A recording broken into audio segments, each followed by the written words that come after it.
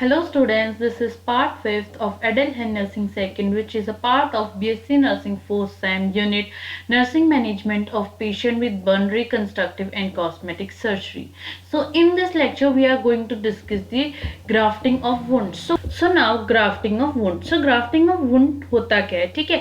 When wounds are deep, extreme or reepithelialization is not possible, patient's own skin is used for grafting. Grafting fills the space created by wound, creates a barrier to the bacteria and serve as a bed for epithelial cell growth. ठीक है, तो इसमें क्या हो रहा है? इसमें हम क्या कर रहे हैं, जो हमारी एपिथेलियल लेयर है वो जो है प्रॉपरली फिर से बन नहीं पाएगा। और ये जनरली कब किया जाता है, या तो 3rd डिग्री बर्न पे किया जाता है और 4th डिग्री पे तो हम करना होता है, ठीक है।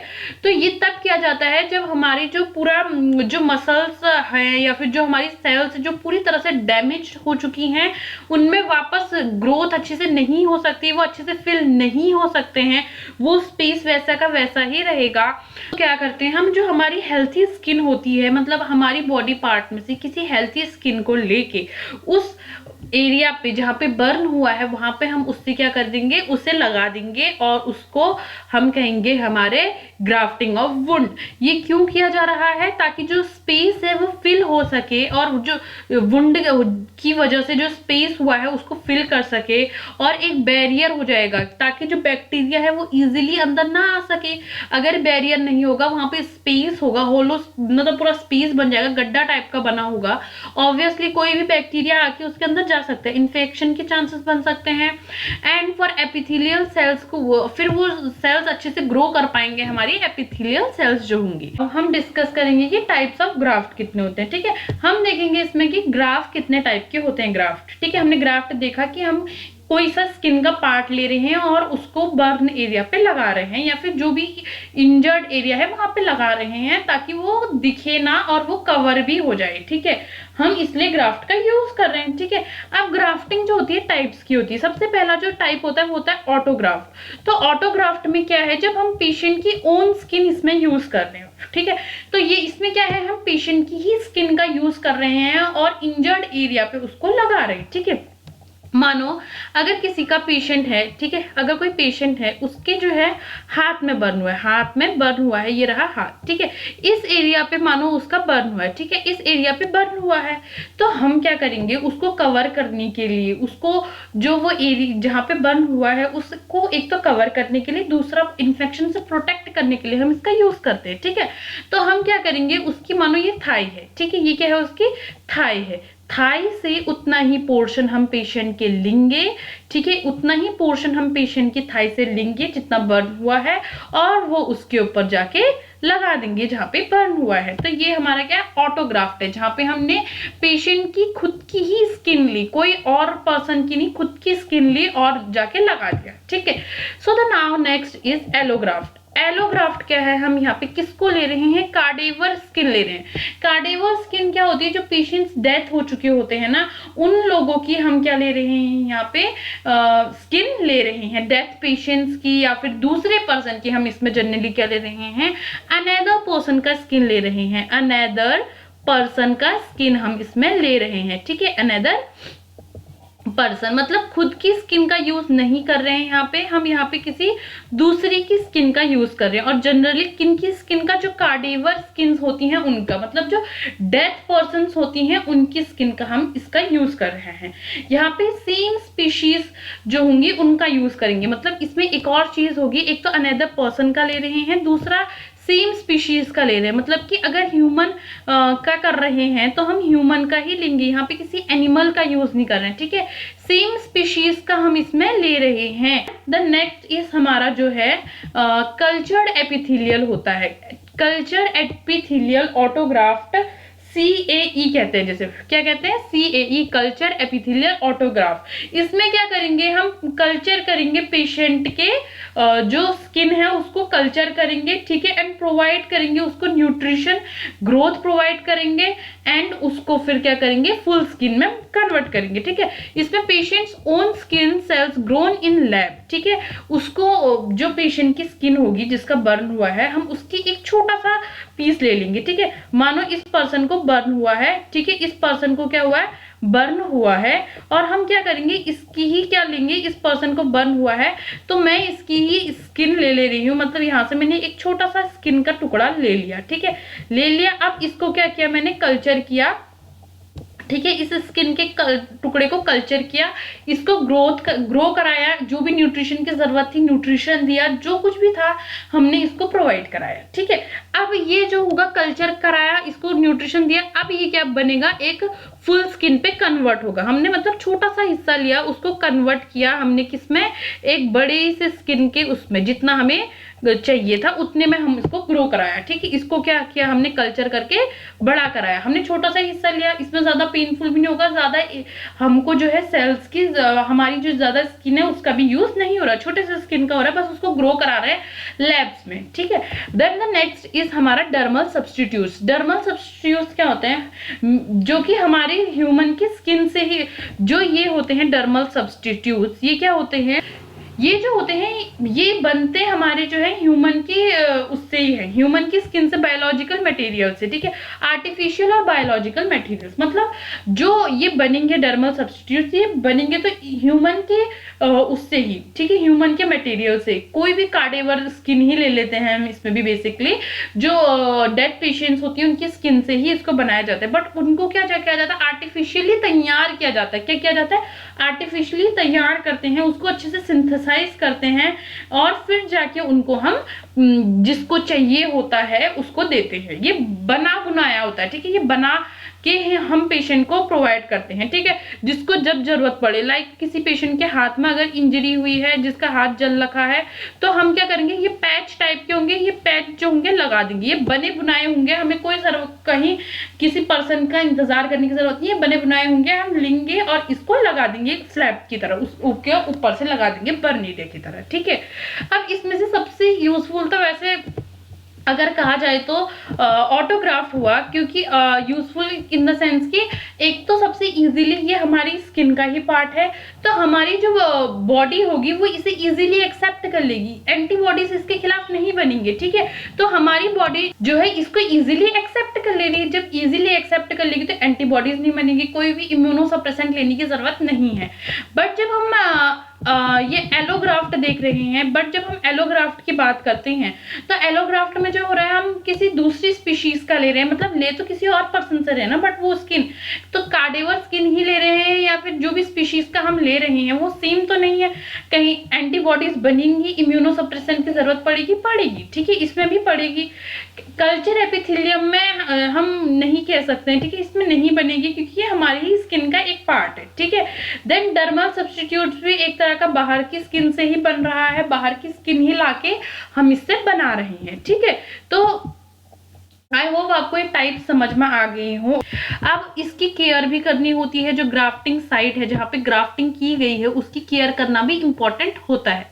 So in this dressing over the graft to immobilize splints may be also used for immobilization। तो जब ग्राफ्टिंग की जाती है उसके बाद हमें इमोबिलाइजेशन करना होगा, हमें उस जगह को हिलाना नहीं है, तो इमोबिलाइजेशन के लिए हम क्या कर सकते हैं, स्प्लिंट्स का यूज कर सकते हैं। ठीक है, now the next is patient should be positioned and turned carefully, avoid disturbing the graft and put the pressure on the graft side. तो हमें पेशेंट को क्या है, जिस तरह ग्राफ्टिंग हुई है उस तरफ को नहीं डालना है ताकि उस पर प्रेशर ना पड़े।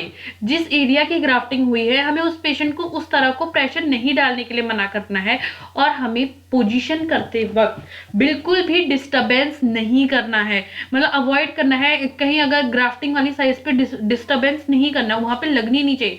अगर हम पेशेंट को साइड कर रहे हैं तो इस तरह से करना है कि उसका जो ग्राफ्टिंग वाली साइड है उसमें कोई प्रॉब्लम ना आए, वहां पे टच तक ना हो किसी चीज से। ठीक है, if an extremity is grafted it is elevated to minimise oedema. ठीक है, अगर जो ग्राफ्टिंग है एक्सट्रीमिटीज में की जा रही है, हमारे हाथ पांव में की जा रही है, it is elevated to minimise oedema, तो हमें उस एरिया को क्या करना है, एडिमा से बचाने के लिए क्या करना है, एलिवेट करना है, मतलब उठा के रखना। अगर हमारा मानो हाथ में ग्राफ्टिंग हुई है, यहाँ इस एरिया पे हमारी ग्राफ्टिंग हुई है, तो हम ये एरिया करेंगे हमेशा ऊपर उठा के रखेंगे, ये जो हाथ होगा इस तरह से उठा के रखेंगे, ठीक है।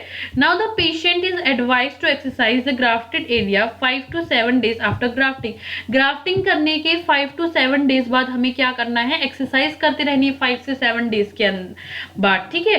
पहले तो हमें इमोबिलाइज रखना है, ठीक है, पहले हमें हिलाना नहीं है, बट आफ्टर 5 days हमें क्या करना है, जब एक हफ्ता हो जाएगा या उससे थोड़ा कम होगा, तो हमें क्या करना है, उसे एक्सरसाइज करने के लिए कहना है जो एरिया ग्राफ्टेड है, सो दैट अच्छे से वर्क कर सके। धीरे धीरे हमें आदत डालनी पड़ेगी उस चीज से काम करने की, हमें मोबिलाइज तो करना है और अच्छे से देखना है वो हील हुआ है कि नहीं हुआ है। Now pain management. Pain management के लिए हम क्या करेंगे, पेशेंट के पेन को रिलीफ करने के लिए हम क्या देते हैं, एनाल्जेसिक्स। मैंने पहले भी बताया कि एनाल्जेसिक्स किसके लिए यूज होते हैं, पेन को कम करने के लिए हम एनाल्जेसिक्स का यूज करते हैं। तो इसमें हम मॉर्फिन सल्फेट और फेंटानाइल का यूज कर रहे हैं। आईवी हम पेशेंट को देंगे, क्या देंगे, आईवी देंगे। आईवी क्यों देते हैं, ताकि जो पेन है वो जल्दी से जल्दी ठीक हो। आईवी जो होता है सीधे ब्लड स्ट्रीम में जाता है, उसे कोई भी लीवर मेटाबॉलिज्म नहीं जाना पड़ता है मेटाबॉलिज्म के लिए,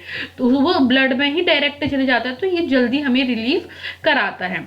नाउ द क्या है, इन्फेक्शन कंट्रोल कैसे कर सकते हैं। इन्फेक्शन को कंट्रोल करना है हमें, पेशेंट को इन्फेक्शन होने के चांसेस बहुत ज्यादा हैं, तो हमें इसमें क्या करना है, पेशेंट को इन्फेक्शन से कंट्रोल करना है। तो उसके लिए हम क्या कर सकते हैं, स्टेराइल टेक्निक्स का यूज कर सकते हैं जब हम वुंड केयर कर रहे हैं, क्योंकि वुंड केयर करते वक्त ही सबसे ज्यादा इन्फेक्शन होने के चांसेस होते हैं, ठीक है।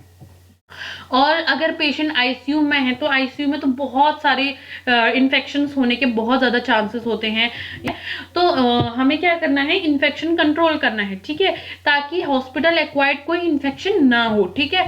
देन हमें क्या करना है, स्टेराइल टेक्निक्स का यूज करना है, वुंड की केयर करनी है। वुंड की केयर करते वक्त हमें स्टेराइल टेक्निक्स का यूज करना है, ठीक है। हमें सेफ और क्लीन इन्वायरमेंट रखना है, ठीक है, ठीक है। अब स्टेराइल टेक्निक्स हमने बोला कि स्टेराइल टेक्निक्स का यूज करना है, क्या क्या स्टेराइल टेक्निक्स करना चाहिए, तो सबसे पहले हैंड वॉशिंग, हमें 7 स्टेप ऑफ हैंड वॉशिंग का यूज करना है। हैंड मूवमेंट्स का यूज करना है, जो 5 हैंड मूवमेंट्स होते हैं उनका यूज करना है। स्टेराइल ग्लव्स पहन के यूज करना है, पूरा पीपीई पहनेंगे, क्या कहेंगे, यूज ऑफ पीपीई किट पहनेंगे। देन रेगुलर चेंजिंग करनी है ड्रेसिंग की, ठीक है। अगर ड्रेसिंग रोज चेंज नहीं करेंगे तो भी इन्फेक्शन होने के हाई चांसेस हो जाते हैं। अगर ड्रेसिंग हम चेंज नहीं करेंगे तो भी हमारे इन्फेक्शन होने के चांसेस होते हैं। Invasive lines and tubing must be routinely change. हम क्या करेंगे, जो इन्वेजिव लाइंस मतलब जो कि हम कैनुला लगा रहे हैं या फिर कोई भी इन्वेजिव लाइंस डाली हैं, तो उनका हमें रूटीनली चेंज करना जरूरी है। जो ट्यूबिंग्स है उनका रूटीनली चेंज करना जरूरी है, वरना कॉटी और क्लेप्सी जैसी कंडीशंस आ जाती हैं।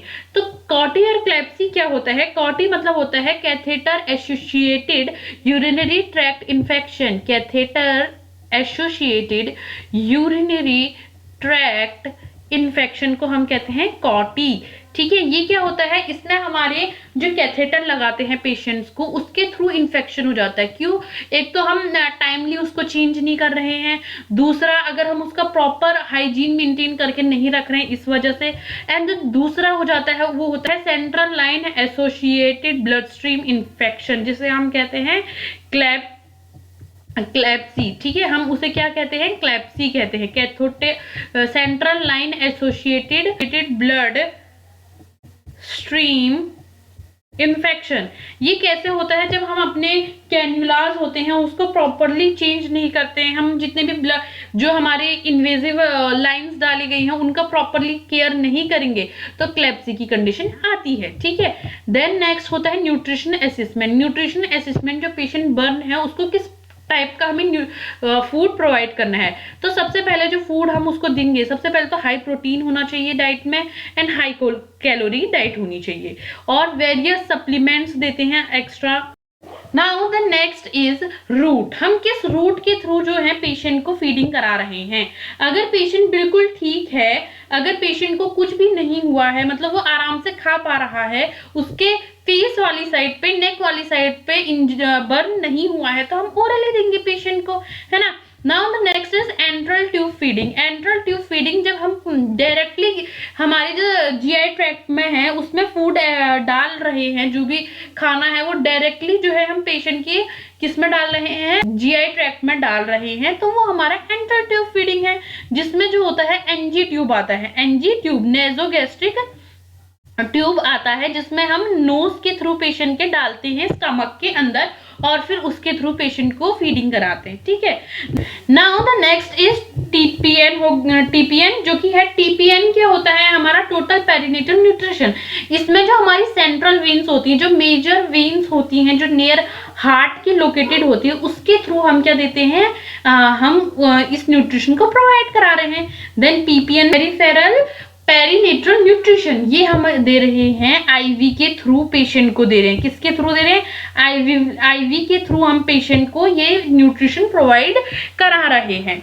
Now physical and psychological care, हम फिजिकल और साइकोलॉजिकल केयर में आरओएम एक्सरसाइजेस, मतलब उसको पेशेंट को एक्सरसाइज करा रहे हैं ताकि वो जॉइंट्स जो भी हैं वो अच्छे से मूव कर सके। एक्टिव और पैसिव आरओएम करा रही हैं, रेंज ऑफ मोशंस। ठीक है, देन सपोर्ट एंड काउंसलिंग दे रहे हैं, हम पेशेंट को क्या कर रहे हैं, सपोर्ट प्रोवाइड कर रहे हैं और काउंसलिंग देंगे, क्योंकि इतना बड़ा हादसा हुआ है पेशेंट के साथ, उसके साथ बर्न जैसी एक्सीडेंट हुआ है, तो ऑब्वियसली उसे सपोर्ट और काउंसलिंग देना बनता है। The adjust with the disabilities, अगर पेशेंट को कोई भी डिसेबिलिटी आती है, ठीक है, कोई भी मतलब अगर पेशेंट को हमें एम्प्यूटेट करना पड़ गया, एम्प्यूटेट मतलब हमें उस इन्फेक्ट बहुत ज्यादा इन्फेक्टेड हो गया है वो पार्ट, बर्न होके एट द लास्ट एम्प्यूटेशन करना पड़ता है, जैसे 4th डिग्री बर्न हो जाता है। अगर 4th डिग्री बर्न कहीं पे होता है तो हमें एम्प्यूटेट करना पड़ता है ज्यादातर केसेस में। ठीक है, तो हमें उस केस में पेशेंट को डिसेबिलिटी के साथ एडजस्टमेंट कराना होता है, या फिर हमें अगर उसने कोई प्रोस्थेसिस के यूज करने, प्रोस्थेसिस मतलब आर्टिफिशियल कोई चीजें यूज करनी है, जैसे अगर हाथ नहीं है तो हम लिम्स वाला एक वो आता है वो यूज करते हैं। देन पाँव नहीं होता था, पाँव के लिए नकली फुट वाला आता, प्रोस्थेसिस का यूज करवाते हैं। तो हमें उस चीज की नॉलेज पेशेंट को देनी है, उसको उस डिसेबिलिटी के साथ एडजस्टमेंट करने के लिए कहना है और साइकोलॉजिकली सपोर्ट करना है कि जिस तरह से हम उसे सलाह ना दे सकते हैं। देन एट द लास्ट आता है हमारा रिहेबिलिटेटिव फेज। रिहेबिलिटेटिव फेज में क्या होता है, जो पेशेंट होता है उसको आफ्टर इंजरी फेज में, जो भी पेशेंट की इंजरी हुई है उसके साथ उसको कैसे कोप अप करना है, उसको उसके साथ उसके रिस्टोर कैसे करना है उसके फंक्शंस को इंजरी के बाद। ठीक है, और उसके अगर स्ट्रक्चरल मतलब जैसे कि हमने बात की एम्प्यूटेशन हो रखा अगर पेशेंट का, तो हमें बताना है कि आप अब कैसे इस चीज के साथ रह सकते हो, या फिर आपको उन सब चीजों से रिस्टोर करना है, उन सब चीजों से उसको बाहर निकालना है। रिहेबिलिटेशन का मतलब क्या होता है, अगर कोई पेशेंट एडिक्टेड हो जाता है किसी चीज से लाइक अल्कोहल से, तो हम उसको रिहेबिलिटेशन सेंटर भेजते हैं ताकि उसका वो जो एडिक्शन हुआ है उसको छुड़वा सके। उसी तरह से इंजरी हो जाती है तो हम पेशेंट्स को भेजते हैं ताकि वो उन सब चीजों से कोप अप कर सके, बाहर निकल सके। ठीक है, तो it start when patient burn wound are healed and patient is able to resume all level of self care activity. ये तब करते हैं जब पेशेंट का वुंड जो होता है अच्छे से हील हो चुका होता है और सही हुआ जो होता है। क्यों? क्योंकि अब पेशेंट का वुंड हील नहीं हुआ होगा तो हम उसे यहाँ वहां नहीं ले जा सकते, क्योंकि इससे इन्फेक्शन होने के चांसेस है और जो बर्न एरिया है वो और ज्यादा पेन हो सकता है उसमें। ठीक है, अब ये टाइम है वुंड हील होने के बाद कि वो अपनी जो सेल्फ केयर है, सेल्फ एक्टिविटी है, वो खुद से कर सके। ठीक है, और ये मंथ टू वीक लग जाते हैं इसको अकर होने में। ठीक है, हमारा गोल क्या है, to resume the functional role of in society, accomplish functional cosmetic reconstructive surgery. हमारा गोल है पेशेंट के जो पुराने फंक्शन है उसको वापस लाना, जो रुक गया था उसको वापस, जो रुक गया था फंक्शन उसका वापस रेज्यूम करना, उसको पुराने रोल में लेके आना जैसे वो करा करता था काम। ठीक है, and accomplish functional and cosmetic reconstructive surgery हमें करवानी है। ठीक है, देन ना प्रायोरिटीज क्या होंगी हमारी इसमें, प्रायोरिटीज क्या होंगी, सबसे पहले तो इसमें प्रायोरिटीज होंगी कि वुंड हीलिंग होनी देनी है। ठीक है, हमें वुंड हीलिंग होनी देनी है, साइकोलॉजिकल सपोर्ट करना है जो कि मस्ट इंपॉर्टेंट है इतनी बड़े हादसे के बाद, right. Restoration of maximal functional activity, हमारा काम है कि जितना ज्यादा हम किसी चीज को सही कर सके जितना ज़्यादा हम पेशेंट की जो एक्टिविटीज़ हैं उनको सही कर सके, उनको वापस सही से ला सके, तो हमें वो काम करना है, रिस्टोर करना है। जितना ज़्यादा हो सके अगर वो चलने की अभी एबल है, अगर वो चल सकता है, तो हमें करना है कि हाँ उसको चलाना है।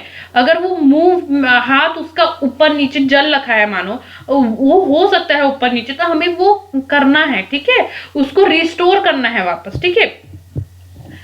अब patient can have best quality of life both personally and socially. अब पेशेंट का हमारा अब आफ्टर बर्न हमारी जो क्वालिटी ऑफ लाइफ है कितनी वो हो जाएगी। अगर किसी का बर्न होता है, कोई पेशेंट है उसका बर्न हो गया, उसकी क्वालिटी ऑफ लाइफ क्या हो जाएगी कि मेरे साथ इतना बड़ा हादसा हो गया है। अगर मानो उसका हाथ जल गया, अब वो उस हाथ से कभी काम नहीं कर सकता, उसकी क्वालिटी ऑफ लाइफ कहीं ना कहीं इफेक्ट हो रही है। जैसे पहले वो फंक्शन किया करता था वैसा नहीं हो पाएगा। तो हमें उसको क्या करना है, बेस्ट क्वालिटी ऑफ लाइफ देनी है, ठीक है, जिससे वो बहुत पर्सनली और सोशली अच्छा फील करे, ठीक है, वो लोगों में समाज में जा सके। लाइक अगर किसी का फेस बर्न हो जाता है, ठीक है, तो उसका जो क्वालिटी ऑफ लाइफ है हमें इम्प्रूव करनी है, वो खुद से भी महसूस करे ठीक है मैं इसके साथ जी सकता हूँ, हमें वो हौसला देना है उसे, ठीक है। सोशली वो अशेम फील ना हो औरों के सामने कि मेरा तो फेस इस तरह से हो गया है, अब मैं क्या करूंगा। तो सोशली उसे इस तरह से दूसरों के सामने गंदा फील ना हो या खुद के लिए गंदा फील ना हो, हमें उसको ऐसी क्वालिटी ऑफ लाइफ देनी है। देन हम क्या कर सकते हैं, रिकंस्ट्रक्टिव सर्जरीज कर सकते हैं, ठीक है। Reconstructive surgeries may be done to improve the appearance and function. हम रिकंस्ट्रक्ट वापस उसको ठीक करने की कोशिश कर रहे हैं। रिकंस्ट्रक्टिव सर्जरीज हमने पढ़ा, जैसे कि हम स्किन ग्राफ्टिंग कर रहे हैं या फिर कॉस्मेटिक सर्जरीज करते हैं, ठीक है, प्लास्टिक सर्जरीज और भी बहुत सारी सर्जरीज होती हैं जो हम आगे लेक्चर्स में डिस्कस करेंगे, ठीक है, रिकंस्ट्रक्टिव सर्जरीज को, ठीक है। हम उससे क्या कर सकते हैं, पेशेंट के अपीयरेंस को ठीक कर सकते हैं, उसके फंक्शंस को ठीक कर सकते हैं। So that's it for today's video, and I hope you like this video. And if there is any query regarding this video and any other lectures, so you can tell us in our comment section so that we can improve ourselves, or any questions regarding the lectures you can also comment for that. And thank you so much.